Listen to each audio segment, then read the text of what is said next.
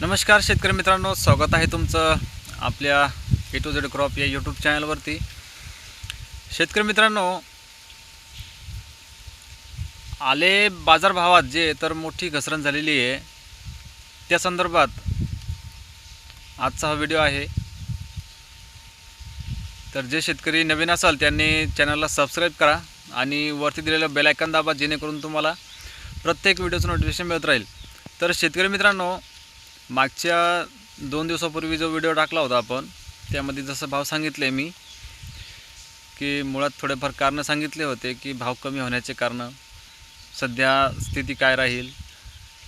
तर जे मी अंदाज काढला होता त्यापेक्षा ही सध्या परिस्थिती जी आहे तर या व्यापाऱ्यांनी अजून कमी केलेले आहेत भाव।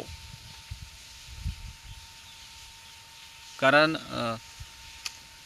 मी तुम्हाला सांगितलं होतं 2 दिवसापूर्वी की 38 ते 40 रुपयापर्यंत खरेदी चालू आहे आणि त्या व्हिडिओला बऱ्याचशा कमेंट आल्या। काही भागात 42 ते 43 रुपयापर्यंत खरेदी चालू असं माहीत पडलं आणि काही ठिकाणी 37-38 जसं मी सांगितलं होतं आणि काही ठिकाणी तर 3300 रुपयाने सरसकट मागत आहे व्यापारी।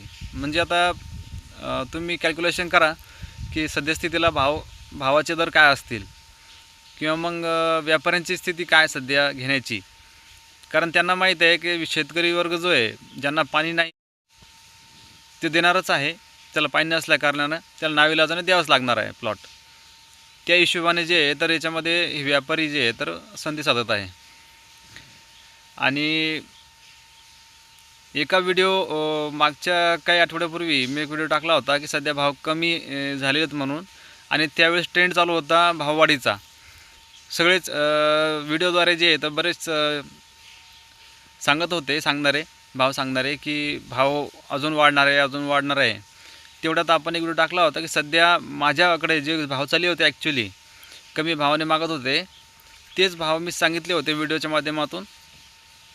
तर त्या व्हिडिओला खूप ट्रोल केला होता, खूप कमेंट केल्या होत्या शेतकरी मित्रांनी। मला माहीत नाही शेतकरी होते का व्यापारी होते म्हणून एक्झॅक्टली सांगू शकत नाही, पण त्या व्हिडिओला जो प्रतिसाद आला होता, म्हणजे कमेंट वाचले होते मी सगळ्या त्या व्हिडिओच्या, तर जाणून बुजून तो व्यापारीचा मित्र आहे किंवा व्यापारीने तुला सांगितलं असेल, व्यापारी तुझा मित्र आहे का, म्हणजे अशा बऱ्याचशा कमेंट जे आहे ते केल्या होत्या शेतकरी मित्रांनी असो किंवा मग इतर कोणातरी।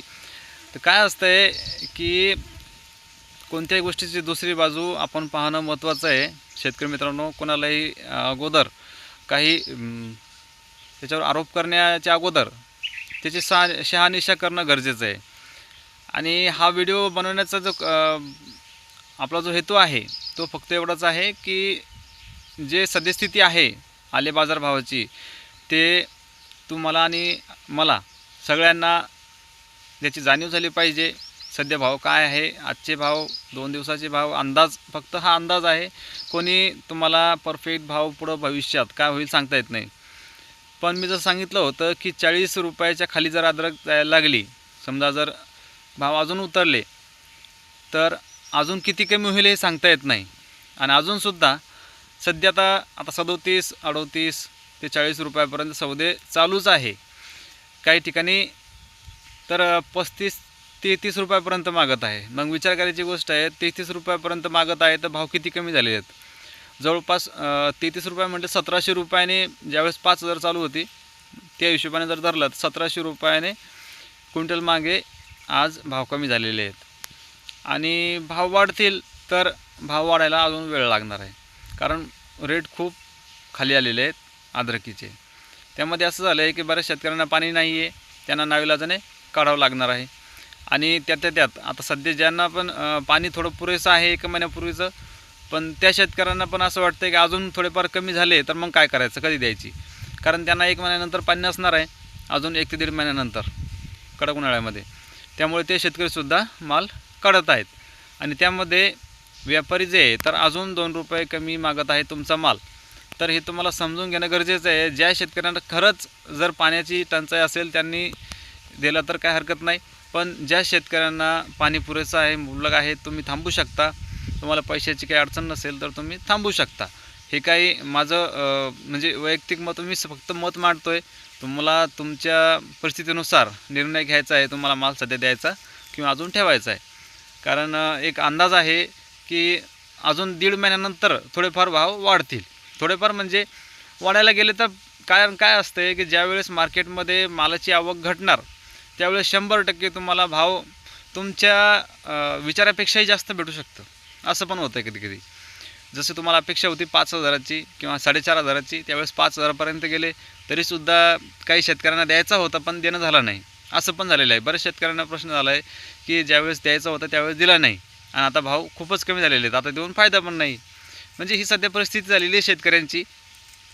काही देऊन पस्तावलेत आणि काही न देऊन ते पण सुद्धा पस्तावत आहेत. कारण त्या 2 व्हिडिओमध्ये ज्यावेळेस ट्रेंड चालू होता 48, 45 किंवा 5,000पर्यंत, तर त्या 2 व्हिडिओमध्ये मी सांगितलं होतं की संधीचं सोनं करून घ्या शेतकरी मित्रांनो, ज्यांना ज्यांना करायचं आहे ते. तर त्यावेळेस बरेच शेतकरी म्हणजे अजून कुठं कमी झालेत भाव, अजून कमी होणार नाहीत, अजून वाढणार आहेत. म्हणजे हा बऱ्याच शेतकऱ्यांचा कमेंट होता. प्रत्येकाचे विचार वेगवेगळे असतात, त्यात काही तुम्हाला दोष देत नाही. फक्त सांगायचं एवढंच की आपल्याला फक्त